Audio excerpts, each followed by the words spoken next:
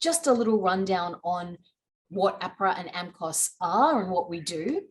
We are two performing right and mechanical right organizations that help our songwriter and publisher members to manage the rights that they control.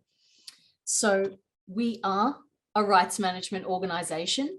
APRA and AMCOS joined as an administrative partnership in 1997, and that means that we can help everybody look after both their performing rights and their mechanical or reproduction rights. So a lot of our audience here tonight will be our songwriter members, and you, of course, are copyright owners who have assigned the musical copyright in your works over to us to help you to collect the royalties and manage your rights. So you're the creator of a work. APRA is the person or the company, sorry, that you've assigned your rights to.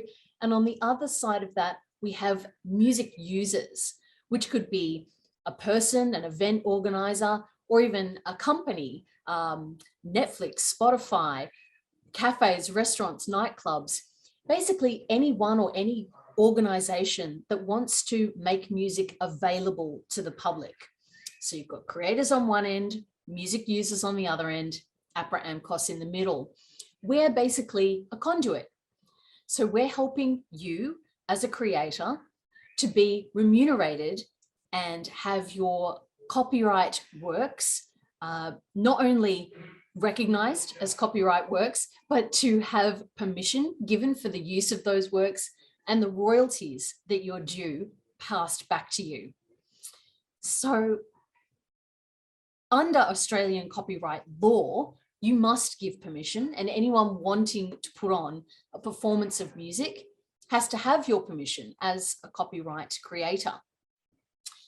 We are offering licenses to any of those companies, people, event promoters, whatever it might be, who want to make your music available, want to use your music.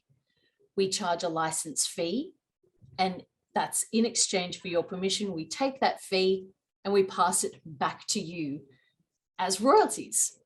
We also do this on a global scale. We have what are called reciprocal agreements with other collecting societies all around the world, so that if your music is being performed or used in other countries, there are organizations exactly like APRA and AMCOS doing the same work that we do in their own territories. They collect the license fees, which they then pass to us to pay you as your royalties. So what kind of royalties are we collecting for you? Well, APRA are looking after what are broadly called the performing royalties.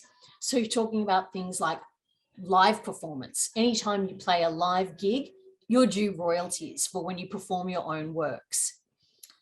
Broadcast royalties is another one that we look after, and that is, as it sounds, broadcast on TV or radio. And we also help you with the communication royalty, which comes anytime there is a communication via wires. So think about things like music on hold, or think about streaming online. APRA helps you to get royalties for any of those types of use of your copyright material. AMCOS, on the other hand, is a little more specific. So AMCOS is there to help with the mechanical or the reproduction royalties. That could be from physical copies like CD or vinyl. It could also be a digital download, which is quite often the case these days. Ooh, excuse me, warned you about that cough. We could be talking about things, again, like digital services. So perhaps video on demand, Netflix, Stan, Amazon. And then you'll see that we've got synchronizing. So synchronization is a little world unto itself, and that's what we're here to talk about in depth tonight. Synchronization occurs anytime you've got music put to visual media. So AMCOS can help you with synchronization, although for the most part, you actually retain your synchronization right.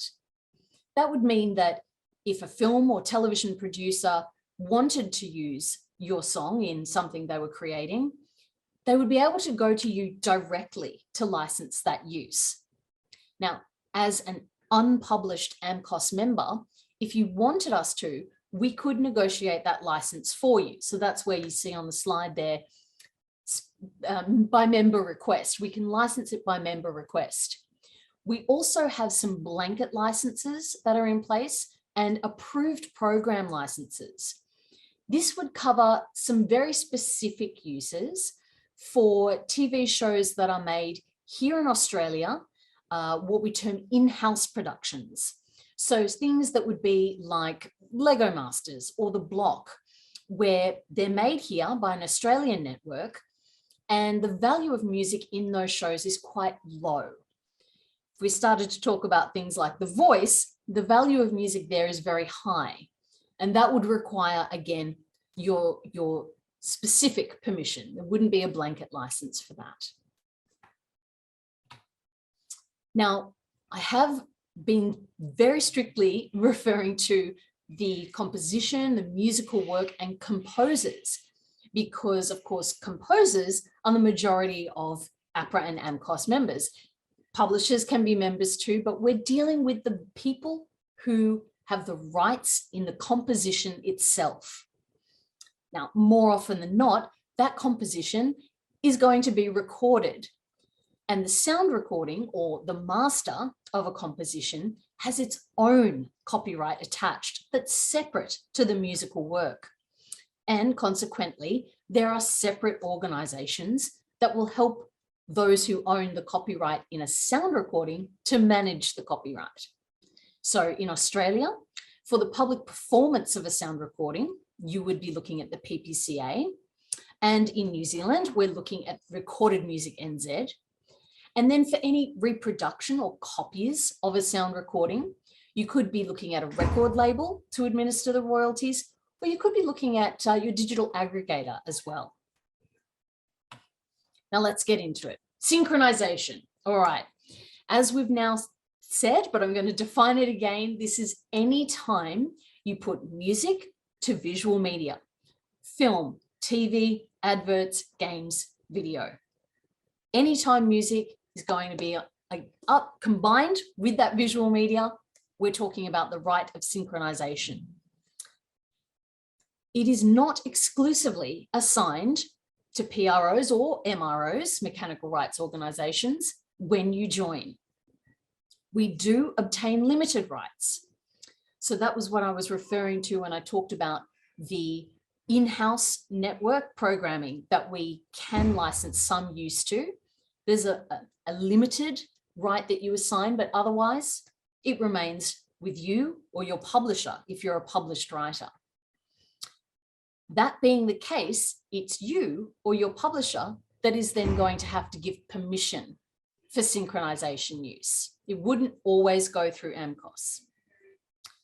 Now, if you are on the other side of this and it's actually you who's making a video or a film, something creative, a game perhaps, and you want to use somebody else's song, their musical work in your production, you need permission. So it is absolutely possible to go to the APRA AMCOS website and use our work search to find out who the rights holders are.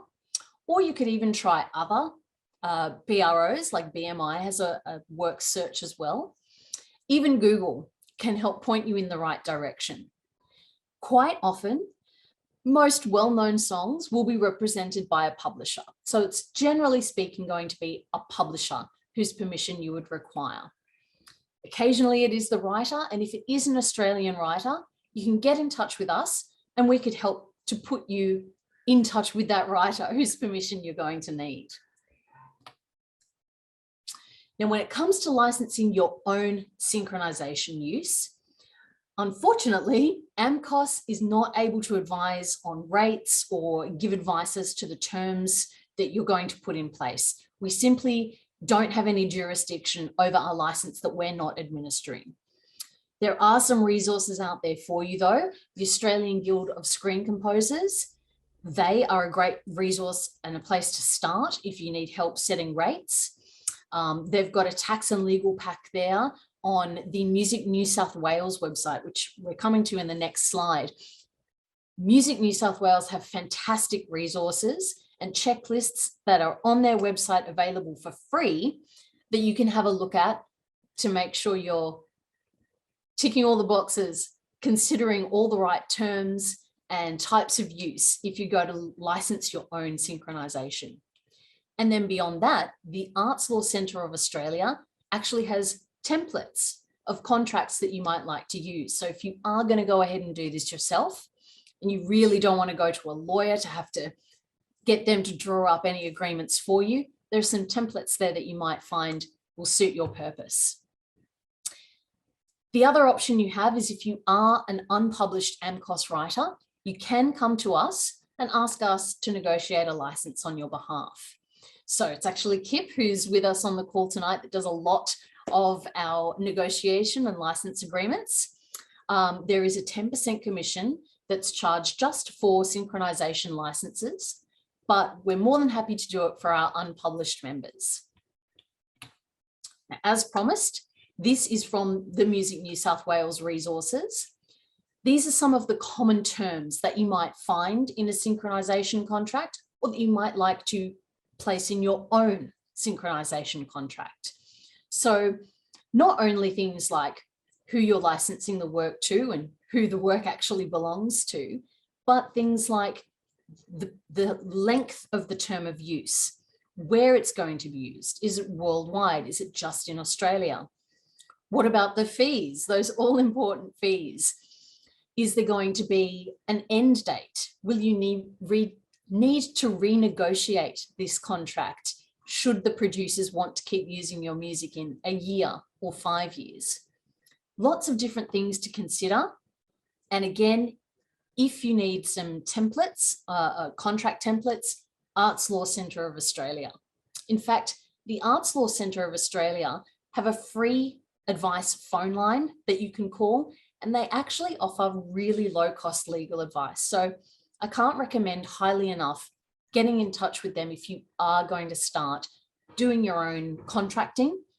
They will be able to help you with all kinds of terminology, drafting, basically the whole shebang. Definitely reach out to Arts Law.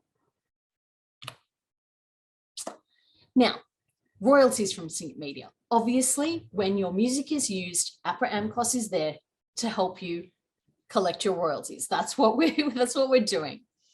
So when we're talking about a sync royalty, it's usually a single royalty that's coming from the fee. We put the license in place for synchronization, collect the fee, and we pay it to you. Then, excuse me, then any ongoing royalties would come from the different ways that the TV show or the film or the game is further used. So a good example of that is your show gets placed in a Channel 9 show, you get paid a one-off fee for the synchronization license, but when that show goes to broadcast, there are broadcast royalties on top of that. So that's your ongoing portion.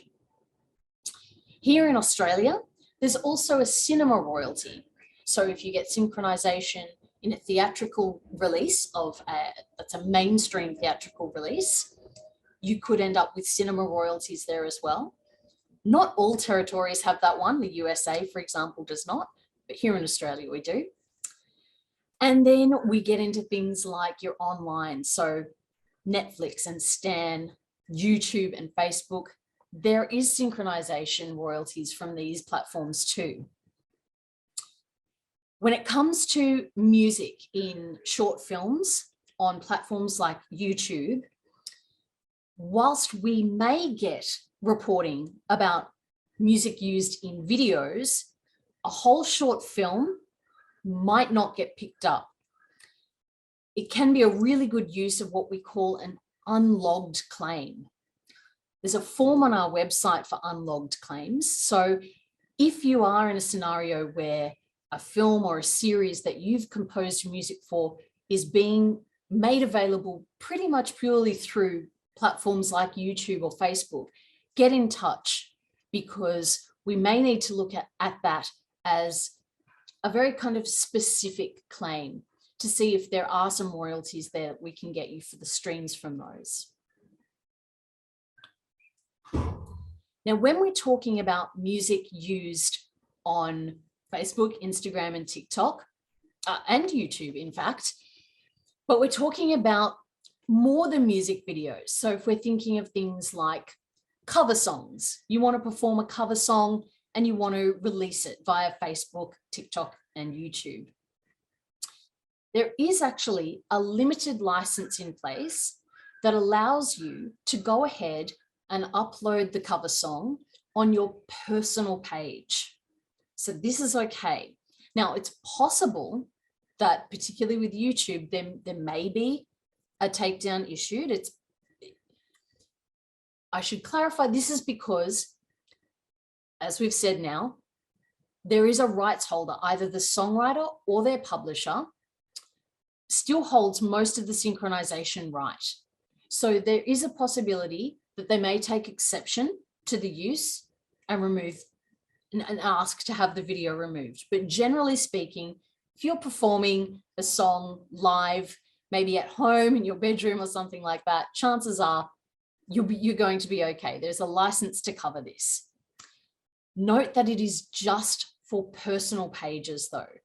So once you start talking about a band page or a business page, you would need to get permission in writing from the rights holder. Again, either the composer or their publisher. And it does have to be written permission.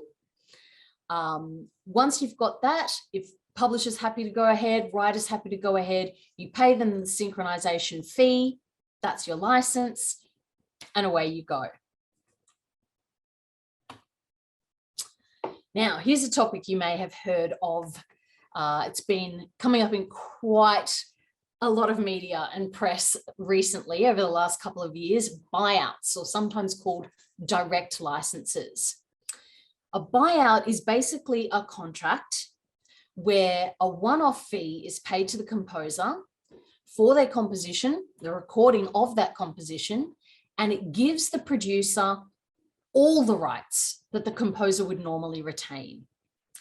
So we've seen this coming up through a lot of the online streaming platforms and some video games companies too, because they feel like by having a buyout, they can then be as free as they like in the use of the TV show, the content that they've created. It is currently more a US-based model. In the States, they have a practice called work for hire, which allows the production company essentially to own the copyright in a work where the composer or the writer is paid a fee and there's no expectation of royalties. So that's the US-based work for hire. Now, while this is being somewhat normalized,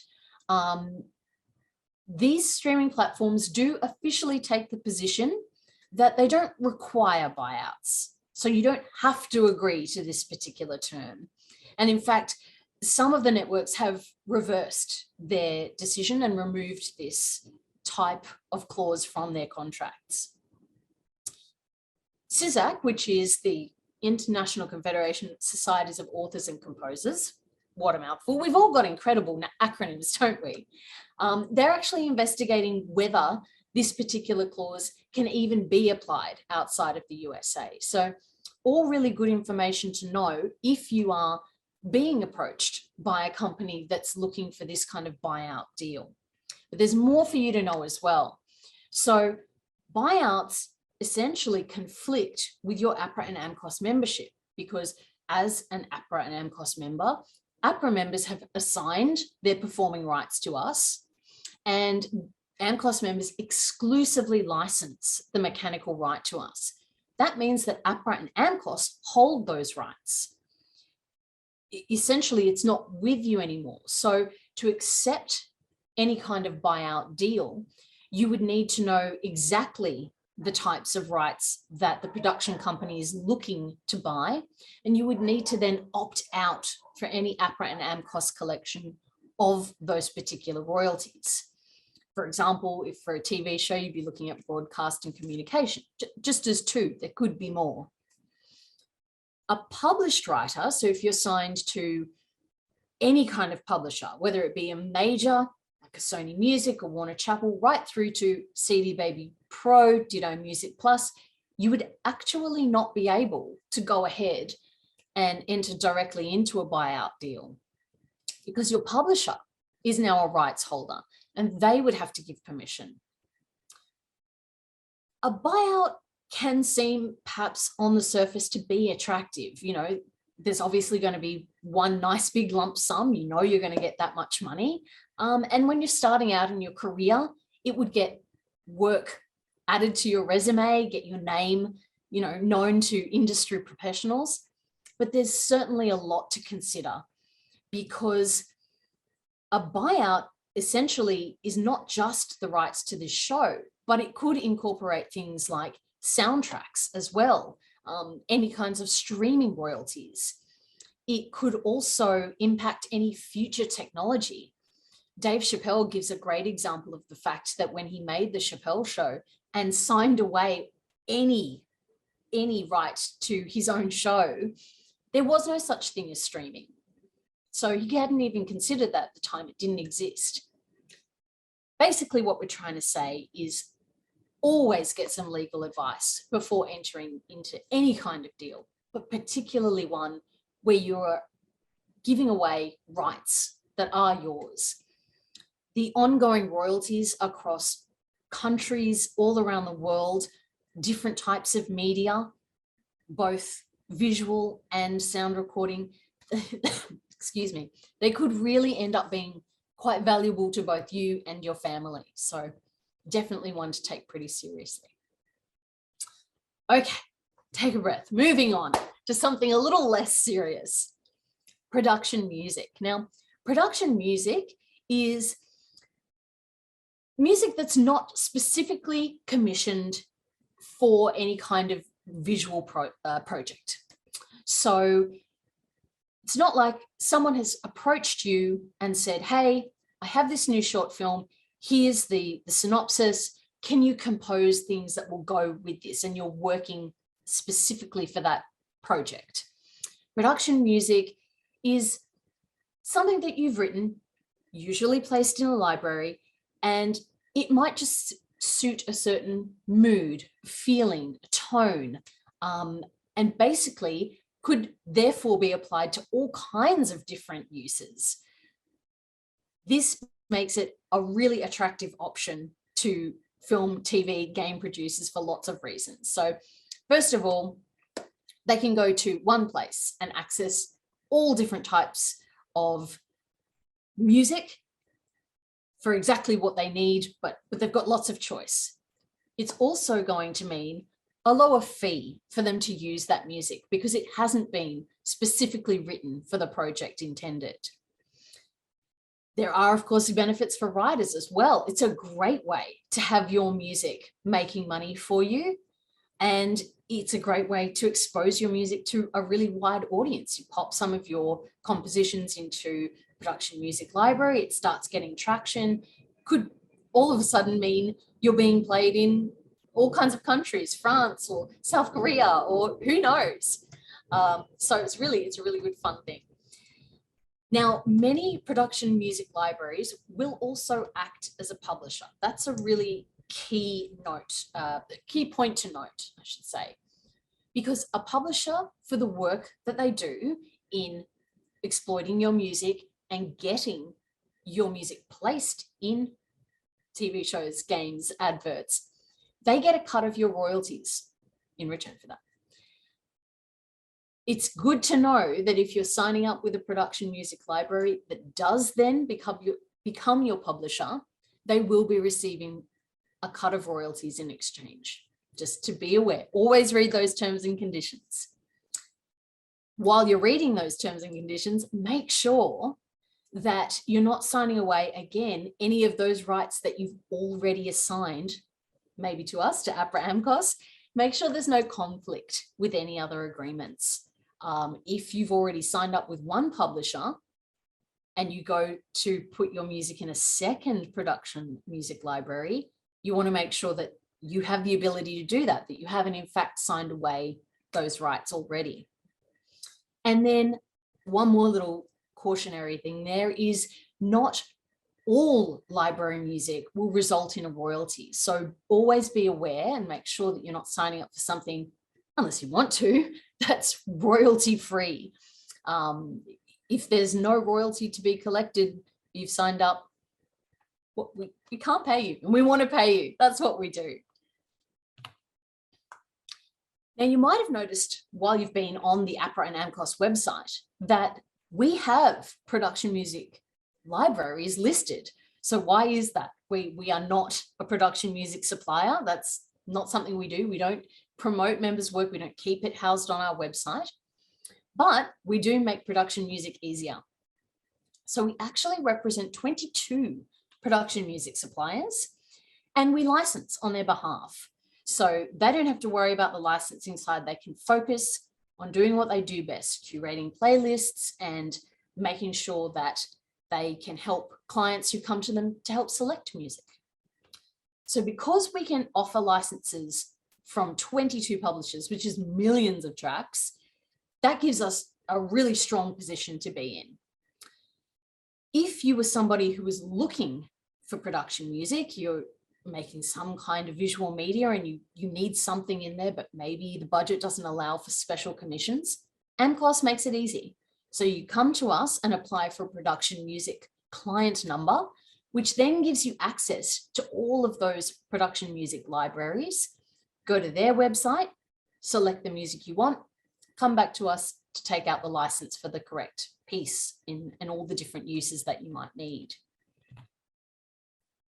And that also means there's royalties from production music. So as a writer, you would need to be signed up to one of those production music libraries, and that would give you an existing publishing deal there. Under that publishing deal, your publisher is going to register the production music works with us. So you are probably familiar as a writer member with registering works to let us know what you've written and who needs to be receiving royalties.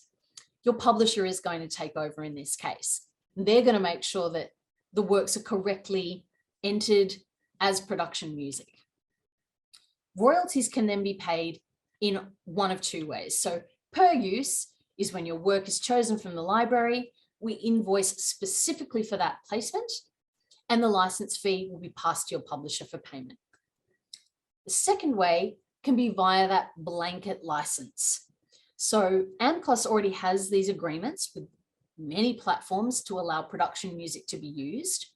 And under the blanket license, the platform or the network is going to report back to us annually, and their blanket fees that are then charged based on the reporting of the music they've used. Those fees are then distributed back for the public production music works to the publishers for payment. All righty, deep breath. So much to get through. Okay, so cue sheets. Now here's a specific term that many of you might not have heard before. A cue sheet is a record of all the songs and compositions in film and television, right there on the slide for you. So this allows APRA and of course all our affiliates to track all the music that's being used in TV shows and jingles and so on and so forth. Now, regardless of how the music is obtained, so whether it was commissioned or whether it was production music, all of it has to go onto a cue sheet. Even royalty-free music has to go on there. We need to know everything that's being placed in TV, film, and these types of uses. APRA has its own online cue sheet system. Now, usually this would be supplied by the production company, television stations and production companies, I should say. They would be the ones sending us through cue sheets. If you need to, for any particular reason, you must be registered as a client. So to do that, you simply email us onlinecues@apra.com.au and we'll set you up. We'll get you access to the system. No worries at all. So as I was just saying, getting all over the place, most cue sheets are supplied by the production company or the network. They're often completed by the composer, but writers probably only need to submit their own cue sheets for smaller releases, or in cases where they've written everything, all of the music for a particular production. In the case where you, as the composer, are supplying a cue sheet to us, you must include all of the music that's used. So your own music, but if there were other composers, you would need to put their music on there as well. If there was production music and if there was royalty free, it has to have everything. And it must reflect the amount of music actually used in the film. So even if you wrote a much longer piece that then got edited down for the film, we only need the amount that was actually used in the final cut.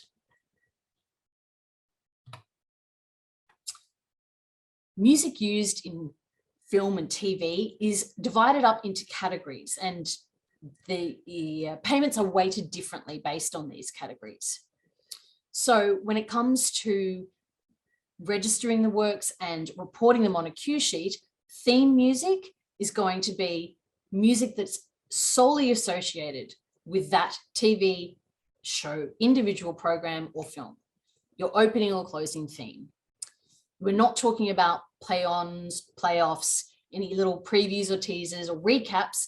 This is purely intro and outro theme music. Then you've got your background music. So music that's only heard by the audience at home. There's no character interaction. And as you can see there, applies to any pre-packaged, pre-recorded or post-production stories and items within the broadcast. That's going to be background music. And then lastly, you've got featured. So featured music, different to background in that the characters can hear it. So if the characters in the TV show are maybe dancing at a nightclub, they can hear the music, that's featured. Music in video clips, also considered featured. Music performed on camera is considered featured, and your choreographed dance sequences. Again, people interacting with the music on screen. Just a little example here of a cue sheet, because again, many of you here tonight might never have seen one, never have even heard of one.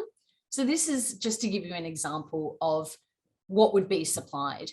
And you can see here, most of it's fairly straightforward and obvious, things like the title of the production itself and the platforms that it's going to be on, director of the production, duration, all of that sort of thing. And then you've got your list of the works, the writers, any relevant performers, publishers and record labels, and those durations that we were talking about. So the duration that's actually included in the production itself. I'll leave it there for a moment. But of course, if you've ever got any questions about cue sheets, just get in touch. We are here to help you through all of this. Another form you may have to fill out if your music is ever used in a country overseas is our overseas broadcast form. So this is found on our website in the music creator forms section. And this form here goes straight to our international team. So if you know that your music has been placed in a television show, film, jingle, whatever it might be, that's going to be broadcast overseas, we can proactively go contact our affiliates overseas and help to get your royalties if you just fill in this form. It's actually quite similar to a normal performance report, but obviously a little more detail. So we need things like the title of the feature. We need things like the media on which it's broadcast, the territories, because we need to know which of our affiliates to contact.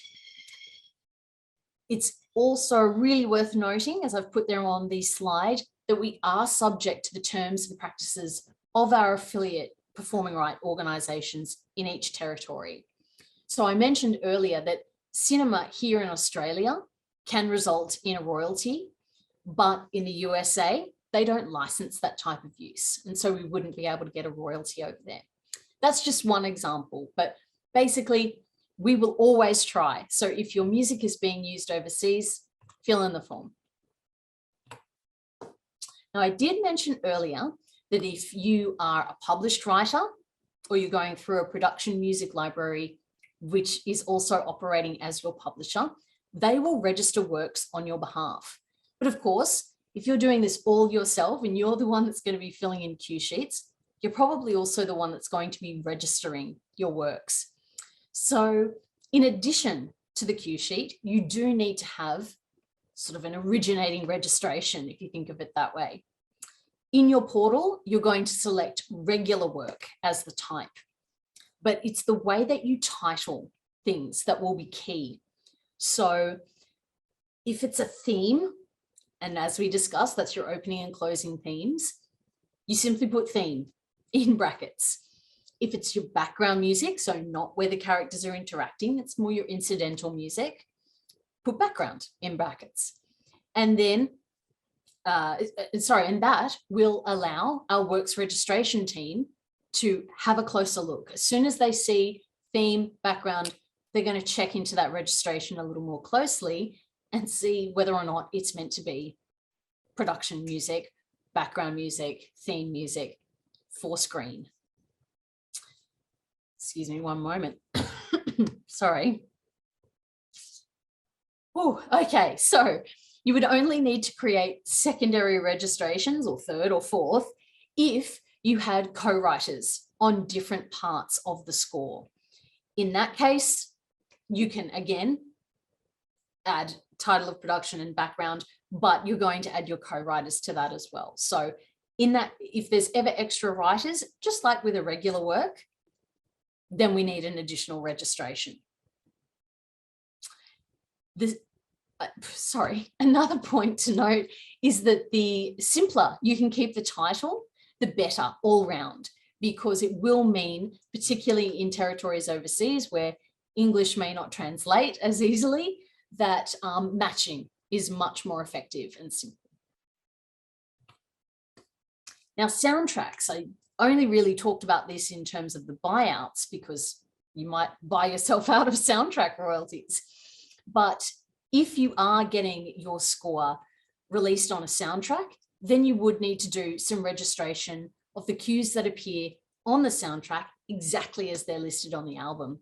And I gave this example here before I realized that Francois is going to be the musical director of our APRA Awards in a couple of weeks, but just a little example. So Francois has registered each of the works you can see here on the Wolf Creek soundtrack as individual tracks as well. This ensures that he's going to get paid when these are performed outside of the movie. And here we go, more registrations.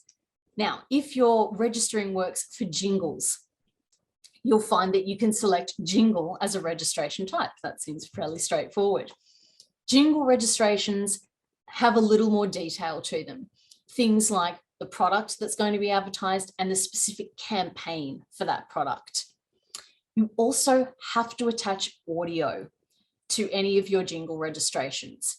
It's the only registration type that we take audio for, and that's because we do actually have music recognition matching for jingles. So when your music is broadcast on radio and TV, it's actually in metropolitan areas, I should mention. Here in Australia, we have music recognition to match performances of your work and pay you royalties for that. Your audio uploads should be music only, but if you're really stuck and you've only got versions with voiceover and special effects added in, you can add those as well. Then you've got your overseas jingle reporting. So just as we have our overseas broadcast notification, there's another one for jingles. Very similar in terms of filling in this form just allows us to be proactive. So you might be thinking, well, hang on, aren't the affiliates overseas going to have this data the same way that APRA gets it in Australia? Yes, the answer is yes. But by filling in these forms, we can get in touch. We can jump ahead and be like, our members' work is going to be used on this campaign, these types of media, and we can pinpoint the territories as well. So it's just a really good way for us to get in there, make sure that we're getting those royalties and getting them paid back to you as efficiently as possible. Again, similar to the Jingle registration form, but this one is going to ask for some more details, particularly things like the ad code or clock number, which if you're a Jingle writer, you'll know what that is.